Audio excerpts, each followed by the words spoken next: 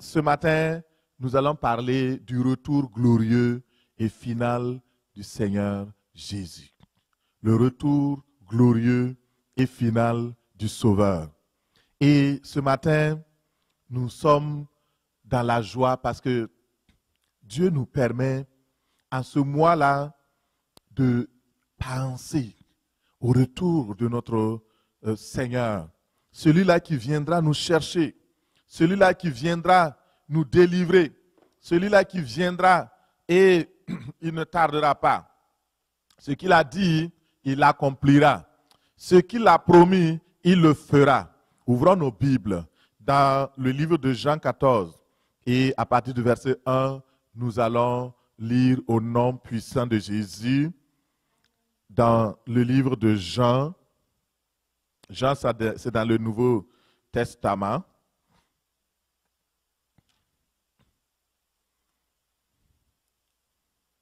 Et chapitre 14. Lisons dans le nom de Jésus au verset 1, à partir du verset 1. Que votre cœur ne se trouble point. Croyez en Dieu et croyez en moi. Il y a plusieurs demeures dans la maison de mon Père. Si cela n'était pas, je vous l'aurais dit. Je vais vous préparer une place. Et lorsque je m'en serai allé et que je vous aurai préparé une place, je reviendrai et je vous prendrai avec moi, afin que là où je suis, vous y soyez aussi. Parole du Seigneur. Amen. Que le Seigneur ajoute une onction puissante à sa parole ce matin au nom de Jésus. Et je prie ce matin que le Seigneur, au travers de ses paroles, que tu trouves une puissante consolation dans la présence de Dieu au nom de Jésus. Frères et sœurs, alors que le monde est consterné face à la pandémie, aux crises socio-sanitaires et devant toute l'insécurité, les cœurs se troublent.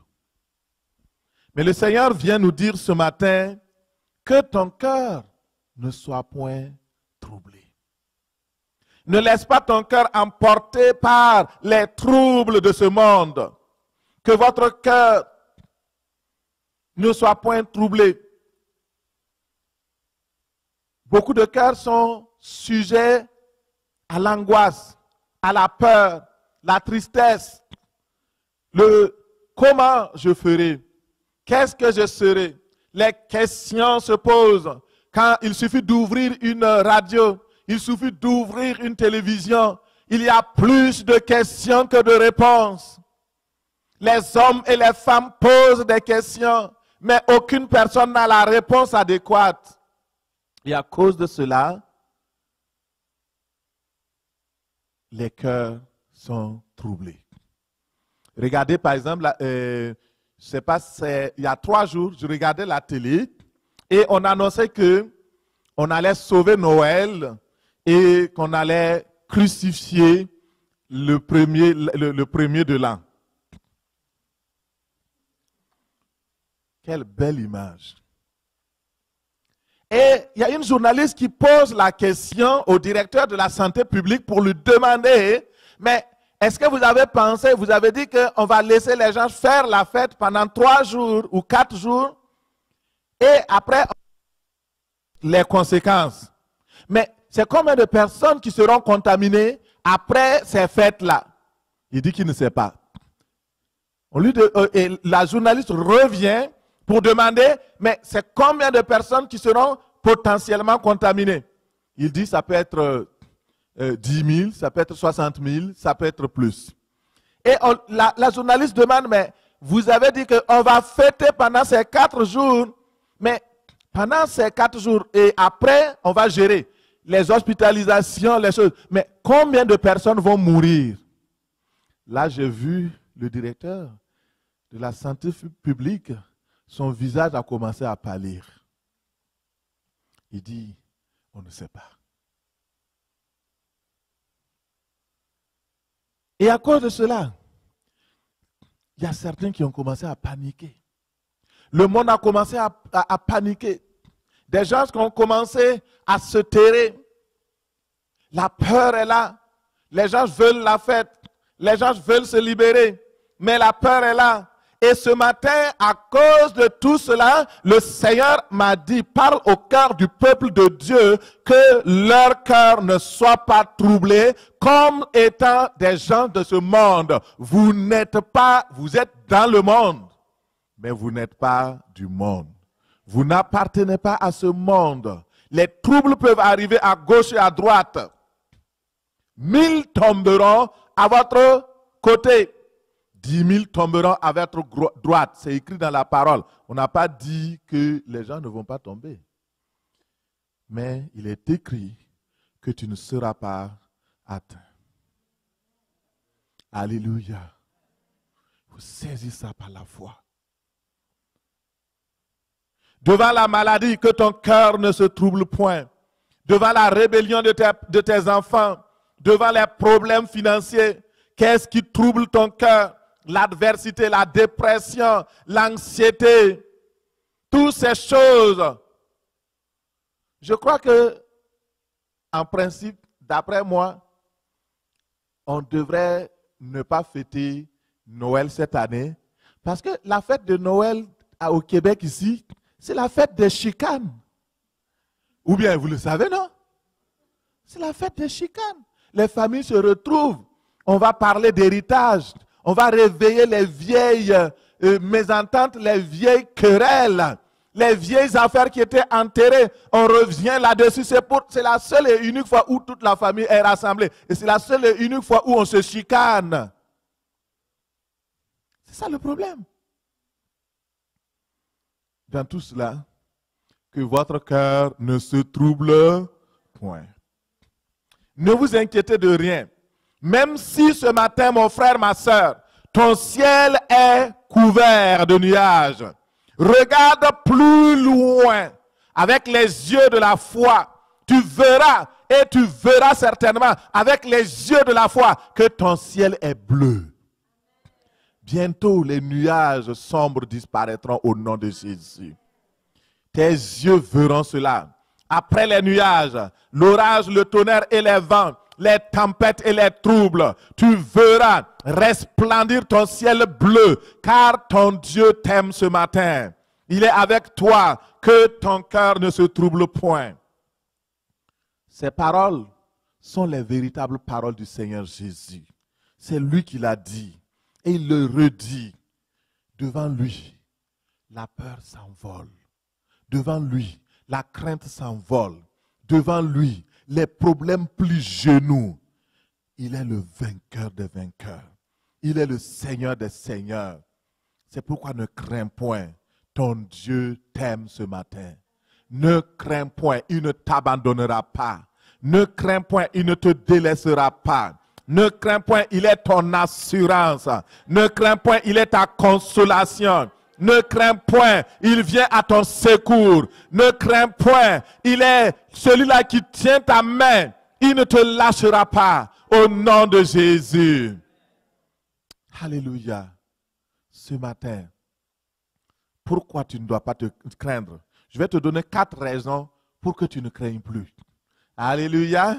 La première raison, tu ne dois pas craindre parce que tu crois en Dieu et que tu crois au Seigneur Jésus-Christ. Ça, c'est la première raison pour ne pas craindre.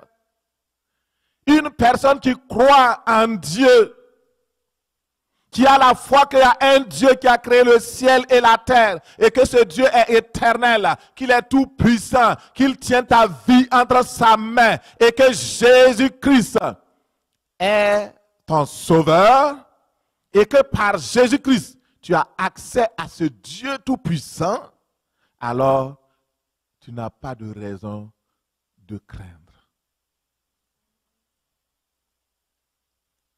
Les autres qui ne connaissent pas Dieu, ils ont raison de craindre parce qu'ils n'ont pas un appui. Ils n'ont pas quelqu'un qui peut les aider. Ils n'ont pas cette assurance. Mais si tu crois, si tu connais qui est ton Dieu, tu n'as pas peur.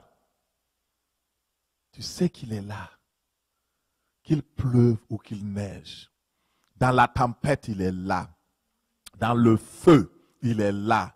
Il ne laissera pas que les flammes t'embrasent. Il ne permettra pas que ton pied chancelle. Il ne permettra pas que les lions te dévorent. Même dans la force au lion, il est là. Dans tes soucis, il est là. Dans tes problèmes, il est là. Dans ta famille, il est là. Dans ta vie, il est là. Partout où tu es, il est là. Et tu sais que celui-là, il ne t'abandonnera jamais. David disait, même si je marche dans la vallée de l'ombre de la mort, je ne crains aucun mal. C'est là que, quand on sent la mort venir, les gens sont agités. J'ai vu plusieurs personnes mourir. J'ai tenu des gens, ils sont morts dans mes bras. Quand la mort s'approche, tu vois la vraie vérité. Et beaucoup sont agités. Mais David dit, puisque je crains Dieu, il est mon Père, je l'aime. Même si je marche dans la vallée de l'ombre de la mort, je n'ai aucun mal, je n'ai aucune peur. Parce que sa houlette et son bâton me rassurent. Me rassurent. Et je sais que mon Dieu est avec moi. Je ne mourrai pas, je vivrai. Et je raconterai les belles œuvres de l'Éternel. Une autre raison pour laquelle tu ne dois pas craindre ce matin, c'est parce que ton Dieu t'a assuré une place au ciel. Advenant même que tu meurs, tu as ta place qui est déjà assurée au ciel. Une assurance éternelle. Une avec garantie. C'est vraiment extraordinaire. C'est pourquoi Jésus pouvait dire à ses disciples, et il nous dit ce matin, que ton cœur ne se trouble pas. Pourquoi? Parce que vous croyez en Dieu et que vous mettez aussi votre foi en moi. Vous avez cru qu'au travers de moi, vous pouvez avoir accès à ce grand Dieu-là. Alors, vous n'avez pas de raison de craindre. Deuxièmement, parce que mon Père qui vous aime a assuré une place pour toi au ciel. Le Seigneur Jésus a promis plusieurs demeures. Il n'a pas promis des tentes provisoires. Il n'a pas promis des tentes pour des sans-abri. Il a promis une demeure éternelle. Là où la mort ne sera plus. On va respirer la joie. On va respirer la communion avec Dieu. L'intimité avec Dieu. Où nous allons habiter avec le Seigneur.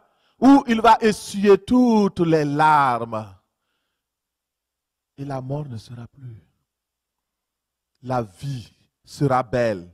Une joie éternelle qui va couronner nos têtes. L'allégresse et la joie va s'approcher et la douleur s'enfuira au nom de Jésus. Les gémissements s'enfuiront parce que dans ce lieu-là, la paix est assurée et tu as une place pour l'éternité. Le Seigneur Jésus a promis une assurance bonheur dans son royaume. Vous avez entendu déjà une assurance bonheur? Moi aussi, c'est la première fois que j'entends. Merci Seigneur pour l'inspiration. Une assurance bonheur. Alléluia. Où tu vas habiter avec les milliers d'anges, les 24 vieillards vivants. Tu vas être dans la gloire, nuit et jour. Et tu vas habiter avec des milliers, de myriades de sauvés. Ceux qui ont cru au Seigneur Jésus-Christ comme toi, qui se sont accrochés à la même foi que toi. Nous serons ensemble dans le ciel au nom de Jésus. Pourquoi tu ne dois pas craindre? Parce que Jésus s'en est allé pour préparer une place. Non seulement il dit, il y a plusieurs demeures au ciel. Donc, sache qu'il y a une garantie pour toi. Mais, malgré toutes ces demeures, je vais aller spécialement pour certifier ta demeure. Ce sont des constructions qui sont là, mais ça ne porte pas de nom, ça ne porte pas encore ton nom. Je vais y aller et je vais certifier et conformer que telle maison, c'est réservé pour ma fille une telle. C'est réservé pour mon fils un tel. Je vais y aller. Parce que Jésus, quand il parlait de cela, il n'était pas encore monté au ciel. Et quand il s'est rendu au ciel, il a ouvert l'accès au ciel à tous ceux qui croient en lui, à tous ceux qui espèrent en lui, à tous ceux qui sont rachetés, à tous ceux qui croient en Jésus-Christ. Comme le dit dans Hébreux 6 au verset 20, il est entré pour nous comme un précurseur, ayant été fait souverain sacrificateur éternellement. Il est entré au ciel. Il est entré au ciel comme précurseur. Ça veut dire quoi? Celui qui ouvre la porte, celui qui ouvre la voie pour que d'autres personnes puissent rentrer. Alléluia. Jésus-Christ, c'est la garantie infaillible que nous aurons accès au ciel, auprès du Père. Si tu crois en lui, si tu as décidé de marcher avec lui, si tu as décidé que Jésus-Christ est ton Seigneur et ton Sauveur, alors cette garantie-là est une source d'espérance, une source de consolation. Dans 1 Corinthiens 15, 22, il dit, « Et comme tous meurent en Adam, de même aussi tous vivront en Christ, mais chacun en son rang. Christ comme prémisse, puis ceux qui appartiennent à Christ lors de son avènement. » Il est parti comme précurseur, et chacun de nous, nous irons chacun en son rang. Et ce matin, la dernière chose pour laquelle ton cœur ne doit pas être troublé, la dernière chose pour laquelle tu dois avoir confiance dans ce monde, malgré les tribulations, malgré les adversités, ton cœur ne doit pas être emporté par le trouble. C'est parce que Jésus reviendra nous prendre. Alléluia. Il viendra nous prendre. Non seulement, il dit, vous croyez en moi. C'est une garantie. Deuxième garantie, je vous ai réservé des demeures. Troisième garantie, je m'en vais vous préparer spécifiquement une maison personnalisée. Troisième raison, et après avoir préparé tout cela, je reviendrai. Pas pour juste vous dire un coucou et puis repartir. Mais Jean 14, verset 1 dit, et lorsque je m'en serai allé, et que je vous aurai préparé une place, je reviendrai et je vous prendrai avec moi. Afin que là où je suis, vous y soyez aussi. Peut-être que tu as entendu plusieurs fois ce message. Mais qu'est-ce que tu as fait de ce message? Est-ce que véritablement tu as pris à cœur que ce que Jésus-Christ a dit est la vérité? Est-ce que tu crois qu'il reviendra? Est-ce que tu te prépares pour que lorsqu'il va revenir, tu puisses être enlevé avec lui et que tu puisses être avec lui au ciel et vivre avec lui pour toujours dans un endroit où la mort ne sera plus, la maladie ne sera même plus nommée, les souffrances ne seront plus nommées, la dépression, l'anxiété pour les études ne seront pas nommées, les problèmes financiers, les querelles et les chicanes de famille ne seront plus nommés. Tu seras dans la joie éternellement et tu vivras et tu marcheras avec ton Dieu. Tu seras chaque jour renouvelé. C'est cela, la foi chrétienne. Tout d'abord, le Seigneur Jésus révèle l'existence de plusieurs demeures dans la maison du Père où ta place est préparée. Ensuite, le Seigneur Jésus promet de revenir te chercher. Et là où il sera, tu y seras aussi. Jésus viendra chercher ceux et celles qui l'aiment et qui attendent la promesse avec un cœur sincère et irréprochable. Ceux qui l'aiment. Si tu aimes Jésus, tu seras avec lui. Les amis s'assemblent. Les amis se rassemblent. C'est pourquoi ce matin, nous savons que c'est une bonne chose qu'il vienne. Et nous voulons que cela se hâte. Mais quand, comment, quand il reviendra, est-ce qu'il me trouvera disponible, disposé, fidèle pour aller avec lui?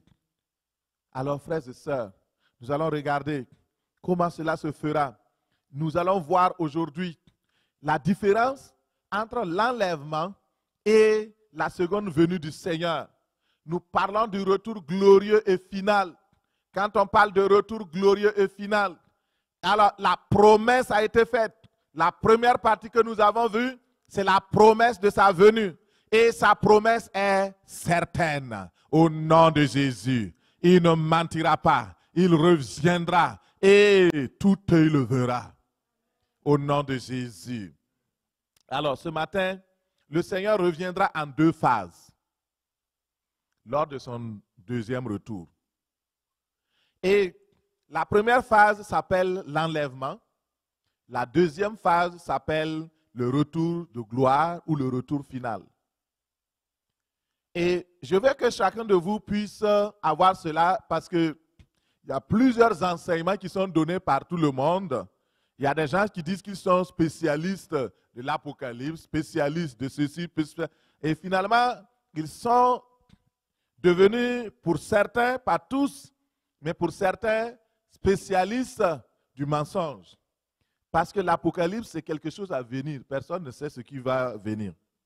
Il y a certaines choses que nous avons par révélation, mais il y a certaines choses que nous devons faire attention parce que tout ce qui est écrit ne concerne pas notre temps présent, mais vous devez savoir tout ce qui concerne les événements qui vont se passer à la fin des temps pour que votre cœur ne se trouble point. Quand quelqu'un va venir vous dire, le Christ est venu, il est à Trois-Rivières, vous dites, ah bon, ok, il n'a qu'à attendre à Trois-Rivières. Parce que dans la Bible, on m'a dit que quand le Christ va venir, ça sera comme ça, ça sera comme ça. Ne soyez pas effrayés. Il y a des gens qui se sont levés, ils ont vendu tout leur matériel, d'autres même se sont suicidés. Parce qu'ils disent, ah, le Christ est déjà venu, tu n'as pas été enlevé. Et les autres, ils étaient tellement découragés, ils ne voulaient pas affronter la grande tribulation. Donc, ils se sont tués. Mais la Bible dit que pendant la grande tribulation, la mort même ne sera plus. Même si tu veux même mourir là, tu ne peux même pas.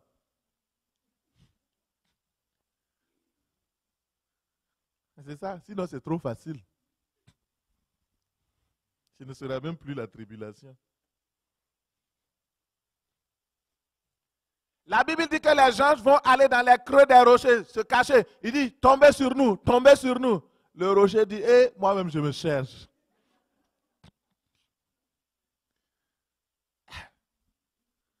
C'est ça.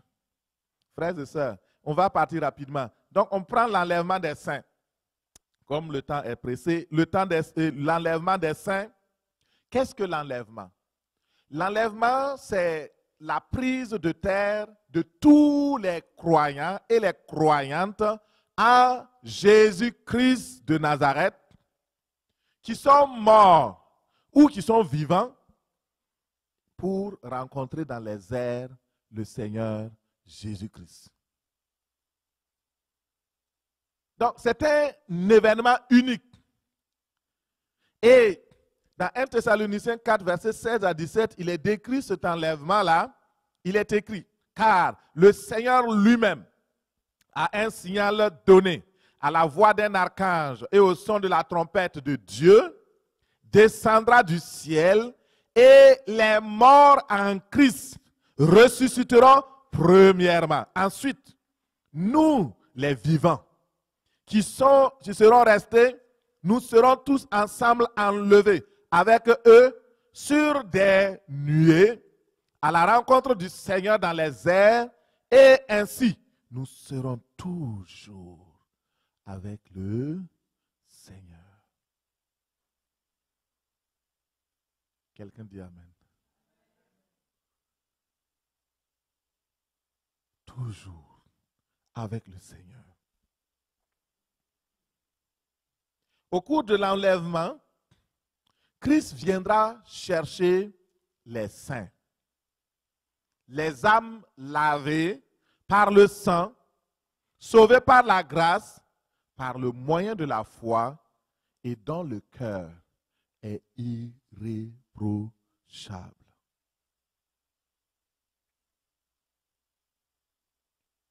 C'est ceux-là, ceux qui sont véritablement sauvés, qui marchent dans la sainteté.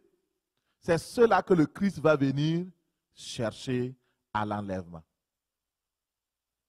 Et c'est tellement important, mon frère, ma soeur. À l'enlèvement, Christ n'apparaîtra pas visiblement à tous les habitants de la terre.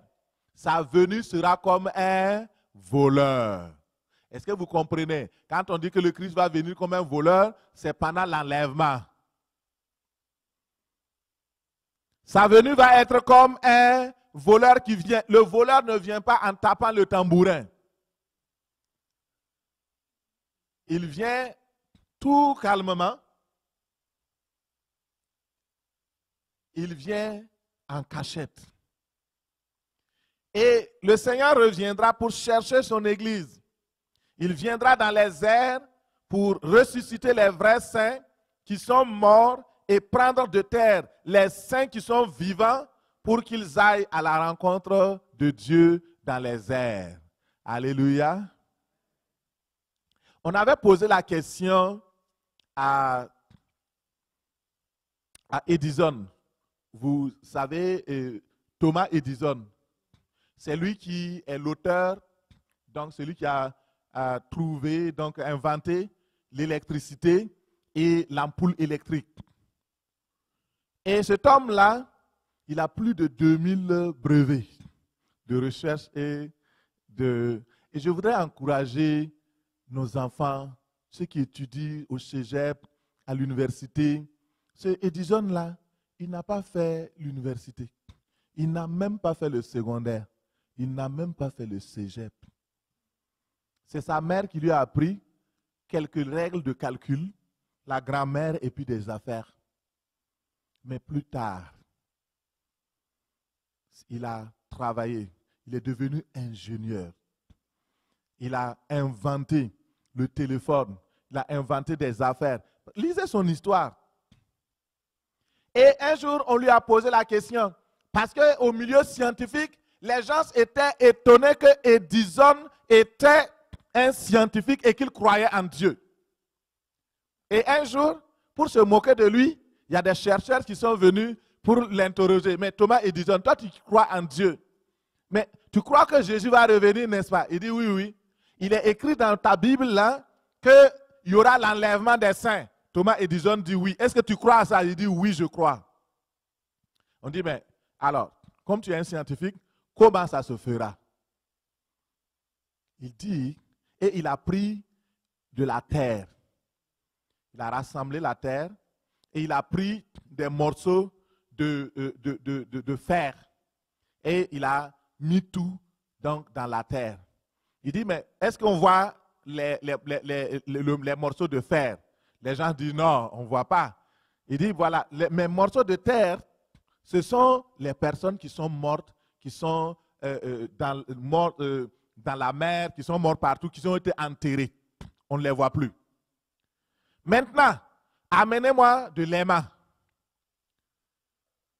Et ils ont amené une grosse, puisque c'était dans l'usine là, il avait créé plusieurs usines, mais c'est phénoménal là, cet homme-là. Il faut vraiment un esprit supérieur pour inspirer de telles affaires. Et quand il a amené, le Seigneur est fidèle. C'est ainsi que l'enlèvement aura lieu. L'enlèvement va se produire en un clin d'œil. Dans 1 Corinthiens 15, verset 23, 51 à 58, la Bible compare les événements qui vont précéder immédiatement l'enlèvement à ceux de Noé. Il dit que pendant le temps de Noé, les gens mangeaient, buvaient, chantaient, riaient. Tous étaient là. Mais à un moment donné, quand Dieu a dit à Noé, entre dans l'arche. Quand Noé est entré, la porte s'est fermée, il s'est mis à pleuvoir. Et le jugement de Dieu était là. Il y aura des fêtes, des mariages, bien d'autres cérémonies. Les hommes vont vivre négligemment dans le sommeil spirituel et beaucoup ne vont pas s'apprêter pour le retour imminent du Seigneur. Mais nous qui sommes avertis, nous devons rester vigilants et ne pas rater cet événement-là. C'est cet événement que nous attendons. Nous soupirons après cet événement-là de tout notre cœur. Oh Seigneur, que personne ne rate cet événement au nom de Jésus. L'enlèvement, ce n'est pas pour ceux qui ne connaissent pas Christ, ce n'est pas pour les incroyants, c'est pour les croyants. Mais ce n'est pas pour tous les croyants, c'est pour ceux-là qui ont vécu une vie qui plaît à Dieu. C'est ça.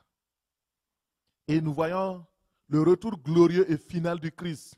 Dans Matthieu 25, versets 33 et 31, il est écrit, « Lorsque le Fils de l'homme viendra dans sa gloire, avec tous les anges, il s'assiera sur le trône de sa gloire. Toutes les nations seront assemblées devant lui. Il séparera les uns d'avec les autres, comme le berger sépare les brebis d'avec les boucs. » Là, on voit la première venue, c'est une venue très discrète. Quand l'enlèvement aura lieu, vous voyez par exemple le chauffeur, du taxi qui était là et qui conduisait. Il est parti. Catastrophe. Les autres voitures, ça cogne partout. L'avion, le pilote d'avion, le commandant de bord, qui est un enfant de Dieu authentique, il est enlevé. Tout, c'est ça. Comment les gens vont savoir qu'il y a eu l'enlèvement à cause des catastrophes phénoménales qu'il y aura après que les enfants de Dieu soient enlevés. Partout dans le monde. Et si cet événement-là n'était pas, Jésus n'allait pas l'annoncer. Le retour glorieux et final du Christ, Matthieu 25, 31, nous dit qu'il viendra dans sa gloire. Et là, il viendra avec les anges. Et nous serons ensemble pour retourner avec lui. Parce que déjà, nous sommes enlevés. Nous sommes avec lui. Nous allons revenir avec lui. Et alléluia. Merci Seigneur. Contrairement à l'enlèvement qui sera discret, le retour glorieux se produira avec éclat et magnificence. Il y aura une gloire. Dans Apocalypse 1, verset 7, il décrit cet événement. Il dit, voici, il vient avec les nuées. Les nuées, c'est nous. On va venir avec lui. Les myriades d'anges, on va venir avec lui. Et tout œil le verra. Ceux qui seront restés sur la terre, qui n'auront pas vu l'enlèvement, ils le verront. Et ça sera un phénomène mondial. Les hommes et les femmes verront cet événement-là. Ça ne sera plus caché. Ils le verront. Et même ceux qui l'ont percé, c'est-à-dire les Juifs, le verront. Toutes les tribus de la terre se lamenteront à cause de lui. Oui, amen. Je suis l'alpha et l'oméga, dit le Seigneur. Celui qui est, qui était, qui vient, le Tout-Puissant. Il est l'alpha. Il est le commencement. Il est l'oméga. Il est aussi la fin. Il est le Dieu Tout-Puissant. Et c'est lui qui accomplira toutes ces choses en son temps, au nom de Jésus. Pourquoi appelle-t-on le retour glorieux, retour final aussi du Christ? Parce que ce retour-là, c'est fini là. Il n'y aura pas d'autre aller-retour. Tout va changer. Le monde va finir. La terre va disparaître. Tout ce qui est sur la terre va se fondre. Et le peuple de Dieu, la Bible dit que la nouvelle Jérusalem descendra. Et nous habiterons avec le Seigneur pour l'éternité au nom de Jésus. Le retour glorieux se produira au temps où le Seigneur Jésus-Christ reviendra sur la terre avec tous les saints, enlevés au préalable pour exercer le jugement sur les méchants, sur l'Antichrist et les Antichrists et établir le règne de 1000 ans. Le règne de 1000 ans, le règne millénaire. Alors, pour prendre ça simple, quand nous serons enlevés au ciel, il y aura des événements qui vont se passer là-bas, je vais vous raconter ça tantôt. Et après ces événements, notamment les noces de l'agneau, nous allons revenir et nous ferons partie des milices du Seigneur, les soldats du Seigneur, et nous allons combattre avec lui dans la dernière et finale guerre contre le diable et ses démons, contre les puissances. Souvenez-vous de la bataille d'Armageddon, de Gog et de Magog. Toute la puissance satanique qui sera coalisée, malgré le fait qu'il sait qu'il est déjà défait, il va dire non, je tenterai une dernière chance. Et c'est là que, ensemble, nous allons admirer la gloire et la puissance éternelle de notre Dieu. De sa bouche sortira la flamme pour consumer ses ennemis. Simplement, parce que notre Dieu est puissant, il est merveilleux, il est glorieux, il agit au nom de Jésus. C'est ça. C'est un retour de puissance, le retour de gloire. Dans Zacharie 14, verset 5, il décrit cela. Il présente ce retour glorieux du Seigneur comme étant le jour de l'Éternel qui viendra combattre les peuples impies. Et en ce jour, il posera ses pieds sur le mont des Oliviers. Et ce combat se soldera par la victoire du Christ et de son armée. En ce jour-là, l'Éternel sera roi de toute la terre. Et en ce jour-là, l'Éternel sera le seul Dieu et on le priera, on l'adorera, lui seul. Alléluia. Merci Seigneur. Ces deux événements, ces événements-là sont importants. D'abord, l'enlèvement et le retour glorieux. Nous serons enlevés et on va revenir avec lui.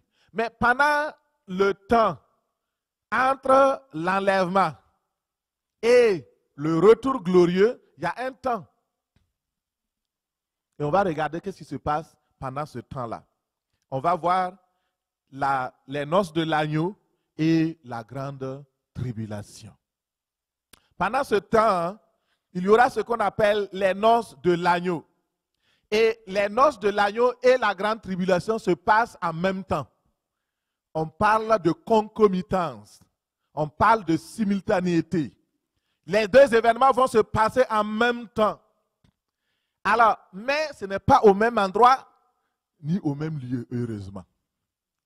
Tous ceux qui seront enlevés avec le Christ seront au ciel en train de célébrer les festivités des noces de l'agneau. Tandis que sur la terre va se dérouler la grande tribulation.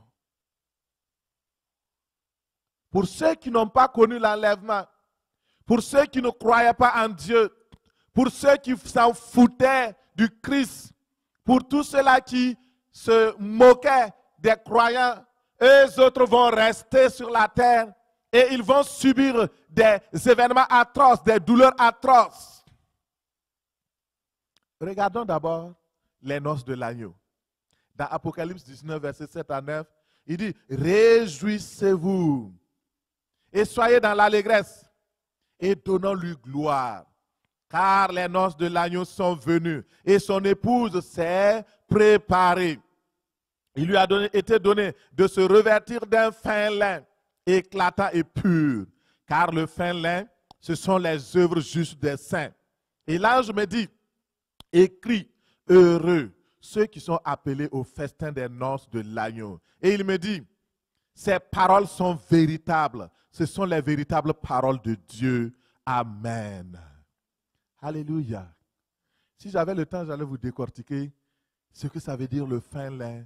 Il y a une signification qui accompagne chaque mot ici. Et l'éclatance de la pureté. Et vous avez les œuvres justes des saints.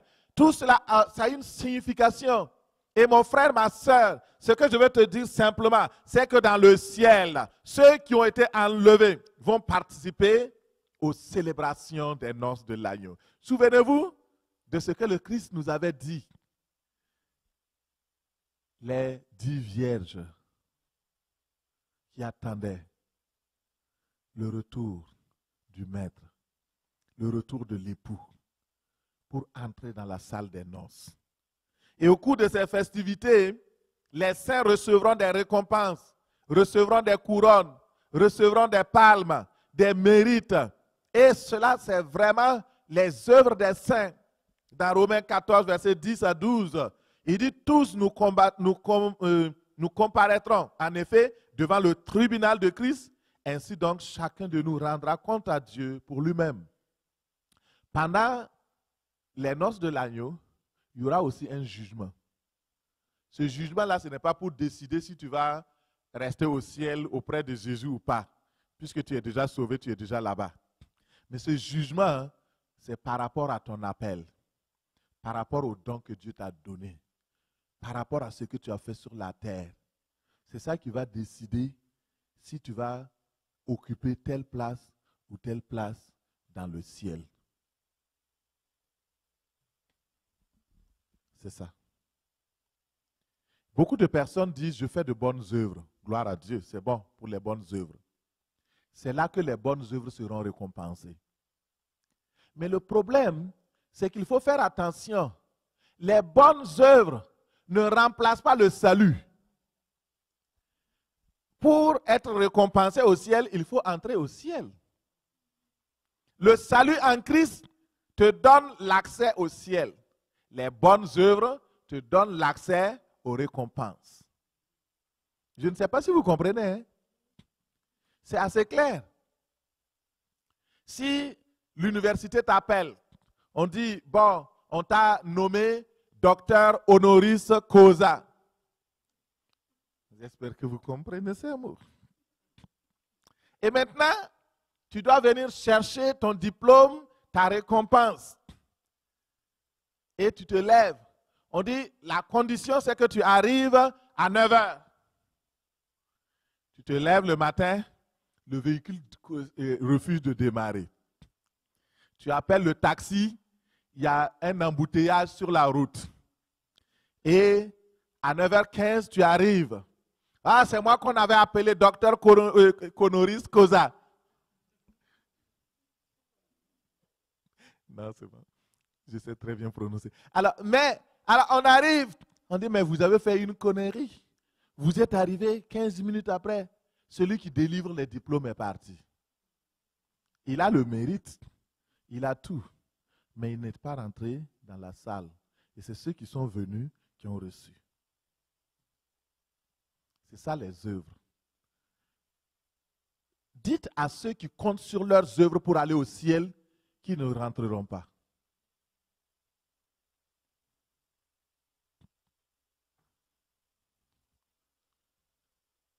Alors, frères et sœurs, c'est très important, bien aimés. Les vierges de la parole du Christ dans Matthieu 25 se sont assurées que leur lampe ne manquait pas d'huile. Elles se sont apprêtées pour rencontrer l'époux. Nous aussi, nous devons veiller. Parce que nous devons rendre compte à Dieu. Nous comparaîtrons devant le tribunal. Et pour recevoir le salaire de ce que nous aurions fait sur la terre, en termes de bien ou de mal. Et je prie dans le nom de Jésus qu'à son arrivée, il nous trouve prêts.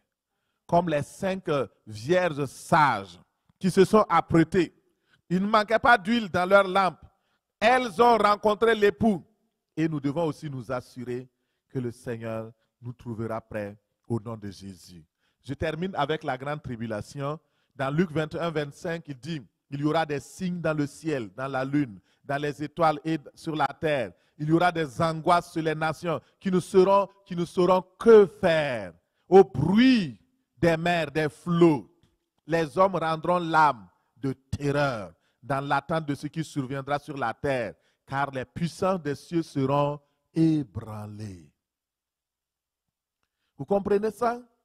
Ce passage de l'Écriture concerne la grande tribulation qui sera le plus effrayant des événements de l'histoire du monde, de l'humanité. Elle va survenir, cette grande et pénible crise sur toute la terre. Et cela signifie que ce que nous savons aujourd'hui, ce que nous avons vécu, Première Guerre mondiale, Deuxième Guerre mondiale, bon, et puis les autres, les crises socio-sanitaires, pandémies, et sida, machin, tout ça, ça n'a rien à voir avec ce qui va venir. Ce que nous vivons actuellement, ce n'est rien. C'est comme une goutte d'eau par rapport aux catastrophes qui vont survenir sur la terre. Je ne dis pas ça pour vous faire peur. Au contraire, je suis là pour vous avertir. Et je ne l'ai pas inventé, c'est écrit dans la parole de Dieu. Et Jésus ne ment jamais.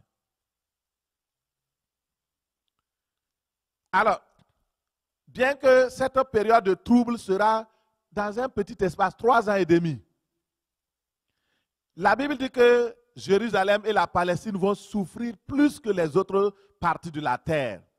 On va appeler ce temps-là le temps de souffrance pour Jacob. En effet, c'est une période où se verra culminer les catastrophes de toutes sortes. Les jugements de Dieu vont s'abattre sur la terre. Satan et l'Antéchrist vont se lever pour combattre. Et à cause de cela, les hommes et les femmes vont être terriblement touchés. Et frères et sœurs, heureusement qu'en ce moment, nous ne serons pas là. Alléluia. Parce que ça se passe en même temps. Nous sommes au ciel et puis voilà, ça se fait en bas. Alléluia. La grande tribulation couvrira une période de 7 ans qui sera désignée dans le langage biblique comme la 7e semaine de Daniel. Il y a la tribulation, la grande tribulation. Et durant la première moitié de cette semaine-là, c'est-à-dire pendant 3 ans et demi, les Juifs feront une alliance avec l'Antéchrist, une alliance qui sera rompue à l'issue des 3 ans et demi. Pour comprendre tout cela, et je voudrais faire un parallèle avec ce qui se passe actuellement en Israël, pour que vous sachiez que les choses sont en train de se mettre en place. Oui, les nations arabes qui, pendant 40 ans, 30 ans, ne parlaient pas à Israël, n'avaient pas de relations, ont commencé à signer des relations avec Israël.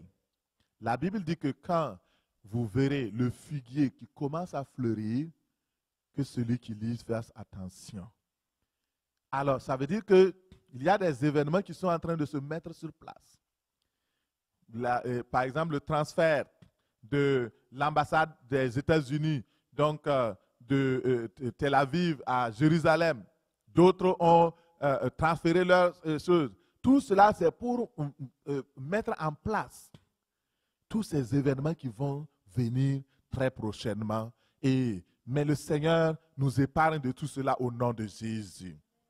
L'objectif principal de la grande tribulation, ça comprend la préparation de la nation juive pour attendre son Messie, mais aussi ce sera un temps de jugement où le Seigneur va déverser donc sur les hommes et les femmes, les incroyants du monde.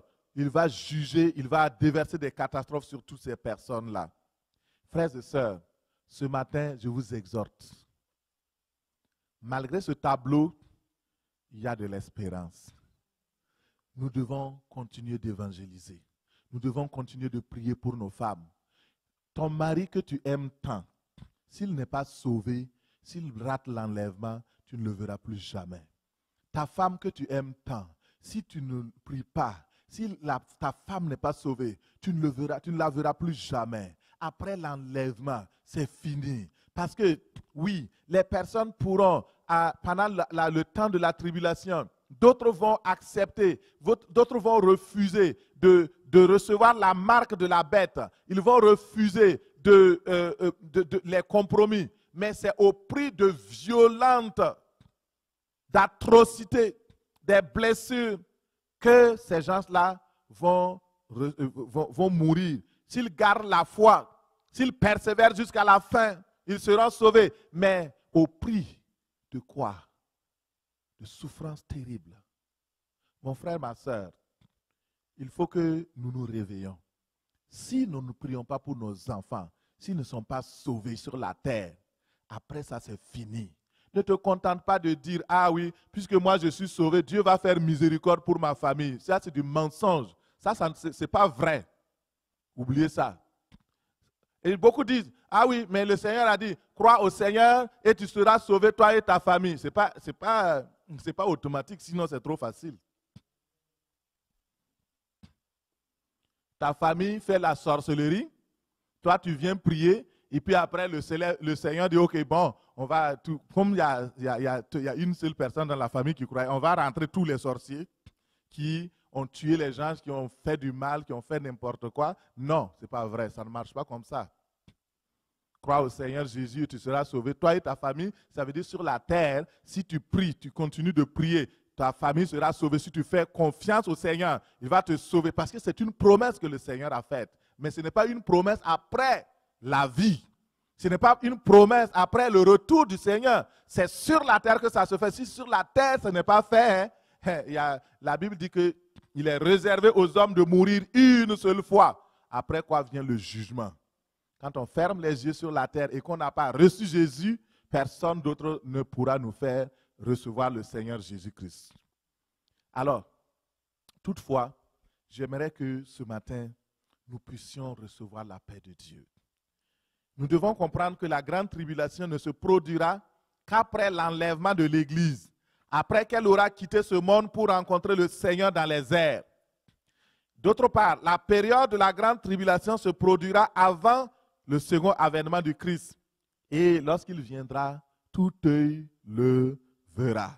Pour échapper à la grande tribulation, le croyant, la croyante devrait se préparer consciencieusement et de manière adéquate en demeurant irrépréhensible, saint, irréprochable dans ce monde souillé et pécheur, afin de participer à l'enlèvement des saints dans la lumière. Bientôt, très bientôt, le Christ reviendra. Il ne tardera pas. Il viendra avec ses anges. Et tous ceux qui croient en lui, qui aiment son avènement, vont être enlevés. Dieu vous aime, mon frère. Dieu t'aime, ma sœur. Et c'est pourquoi il t'avertit pour ton bien. Dans 1 Jean 2, 23, 28, il dit, « Et maintenant, petits enfants, demeurez en lui, afin que lorsqu'il apparaîtra, nous ayons de l'assurance et qu'à son avènement, nous ne soyons pas confus et éloignés de lui. » Le Seigneur nous interpelle. Le Seigneur appelle ses enfants à demeurer en lui dans la foi. Il demande de continuer de croire ses promesses qui ne failliront jamais. Vous qui m'écoutez aujourd'hui et qui écoutez ce message du salut, sachez que Dieu vous aime. Il désire vous sauver. Si vous n'êtes pas encore sauvés, croyez au Seigneur Jésus et vous serez sauvés. Vous et votre famille, le Seigneur veut vous sauver. Il veut sauver tes enfants, il veut sauver ton mari, il veut sauver ta femme, il veut sauver toute ta famille. Mais il faut croire. Ceux qui refuseront de croire, de se repentir de leurs péchés, lorsqu'ils écoutent ce message du salut, de paix, vous sachez une chose, vous n'allez pas échapper au jugement de Dieu. Dieu ne fait pas des menaces en vain. S'il parle, c'est qu'il veut te sauver. Dieu n'est pas là pour te condamner. Ce qu'il désire, ce n'est pas la perdition du pécheur, mais que le pécheur qui écoute soit touché dans son cœur et qu'il se repente et qu'il soit sauvé. Dieu a jugé le monde de Noé. Dieu a jugé le monde de Sodome. Dieu a jugé le monde de Gomorrhe par le feu. Il a jugé le monde de Noé par l'eau du déluge. Il a jugé l'Égypte par les plaies Jérusalem a été jugée pour n'avoir pas produit des œuvres dignes de la repentance. Alors, les prédictions que le Seigneur Jésus-Christ a faites s'accompliront à la lettre. En effet, je rappelle ici une de ses prophéties. Il avait prophétisé en regardant Jérusalem, il dit Jérusalem, Jérusalem. Il a dit les pierres de ce temple, aucune ne restera l'une sur l'autre. Il a prophétisé la destruction de Jérusalem. Et effectivement, après son départ, 70 ans après, le général Titus a fait le siège de la ville de Jérusalem qu'il a entièrement détruite. Et cela révèle que les prophéties du Christ concernant les événements de la fin des temps, à savoir l'enlèvement des saints, la grande tribulation, la deuxième venue glorieuse de Dieu, tout cela, et du Seigneur Jésus-Christ plutôt, vont s'accomplir certainement. Alors, frères et sœurs en Christ, vous tous qui m'écoutez sur les réseaux sociaux, en ligne et partout où ce message ira, bien-aimés enfants de Dieu, nous devons avoir une vie sans péché. C'est notre assurance à l'avènement du Seigneur. Demeurant dans le Seigneur dans la foi, afin d'être pleine d'assurance lorsqu'il reviendra dans son retour glorieux. Afin que nous ne soyons pas confus et jetés loin de lui et rejetés avec honte, afin que nous ne paraissions pas comme des étrangers. Parole du Seigneur. Que le Seigneur vous bénisse et que la paix du Seigneur soit avec vous. Toutes les personnes qui écoutent, soyez bénis. Nous allons prier, levez-vous, nous allons rendre grâce à Dieu pour ce message. Père, mon Seigneur et mon Dieu, je voudrais simplement te dire merci parce que tu es le Dieu fidèle qui nous a parlé. Tu nous as parlé de ton retour glorieux et final. Et nous savons que tu ne mens point. Tu as dit les choses qui se sont accomplies dans le temps. Et ce que tu as dit ne mentira pas. C'est pourquoi nous nous attendons avec confiance à ce que tu accomplisses ton œuvre. Père, je prie que pendant ce temps-là, tu sauves des âmes encore et que tu nous donnes d'être des instruments de salut, des instruments pour sauver nos familles, des instruments pour prêcher, des instruments pour propager ta parole, des instruments pour dire la vérité. Parce que si nous ne disons pas la vérité, et que les gens de notre famille manquent à l'enlèvement, le jugement sera sur nous. Seigneur, donne-nous de ne pas avoir peur, mais de dire la vérité avec amour, de dire la vérité avec la paix de Dieu. Père, donne-nous d'être des instruments de puissance et de gloire en ce temps de pandémie. Donne-nous, Seigneur, de toucher le cœur des hommes et des femmes afin que des milliers quittent les ténèbres pour venir à la lumière du Fils de ton amour. Père, je prie que ton amour touche les cœurs et amène la paix, la guérison. Oui, Seigneur, dans le nom de Jésus, nous te demandons, bénis ton peuple et donne-nous d'être alertes, de nous préparer parce que le temps est court. Bénis ton peuple encore ce matin. Dans le nom de Jésus de Nazareth, nous avons prié. Amen.